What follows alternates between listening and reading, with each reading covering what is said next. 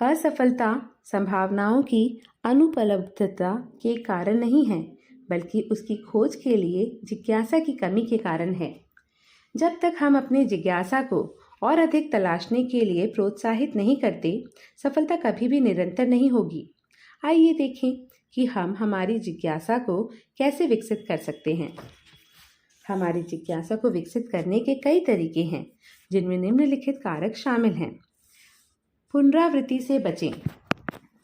दोहराए जाने वाले दिनचर्या हमारी जिज्ञासा का अंत कर सकते हैं, क्योंकि ऐसी दिनचर्या हमें कार्यों से अधिक परिचित बनाते हैं और ऐसी परिचितता हमें यह मानने के लिए आगे बढ़ाती है कि इसमें सुधार करने के लिए कुछ नहीं है।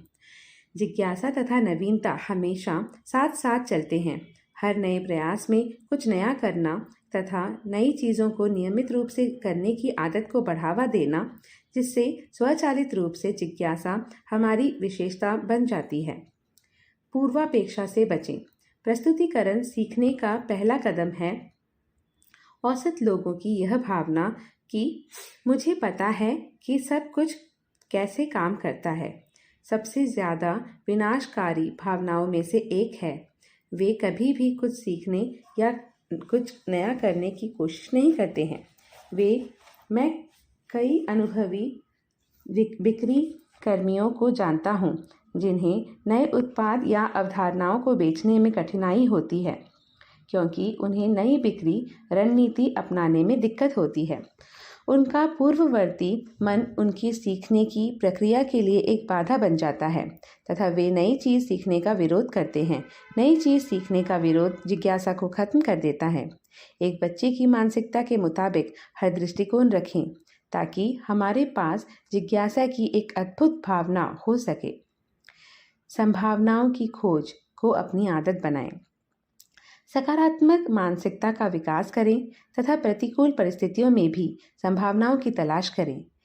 एक सकारात्मक मानसिकता अधिक संभावनाओं की खोज के लिए उत्सुकता पैदा करती है तथा इस तरह की संभावनाओं की पूर्ति का अंतिम परिणाम सफल होने के अलावा और कुछ नहीं हो सकता। प्रश्न पूछें। ब्रेनस्टॉर्मिंग प्रक्रिया लोगों के बीच जिज्ञासा पैदा करने के सर्वोत्तम तरीकों में से एक है। निर्णय लेने के दौरान बुद्धिमान लोग हमेशा हिंदी के उन 6 क वाले शब्दों पर विचार करते हैं।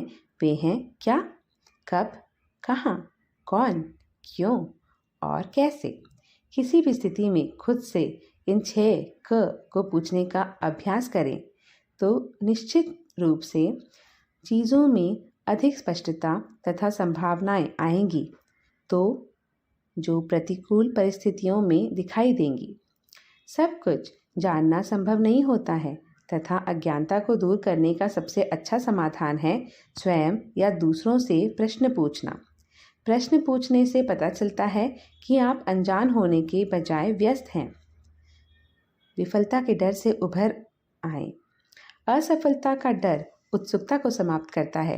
असफलता के भय को हराए बिना अपने सपने को प्राप्त करना कठिन होगा।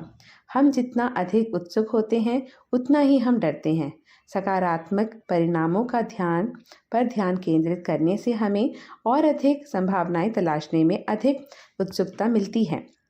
परिणाम चाहे सकारात्मक हो या नकारात्मक, आप अपने अनुभवों के कारण हमेशा एक लाभकारी व्यक्ति रहेंगे।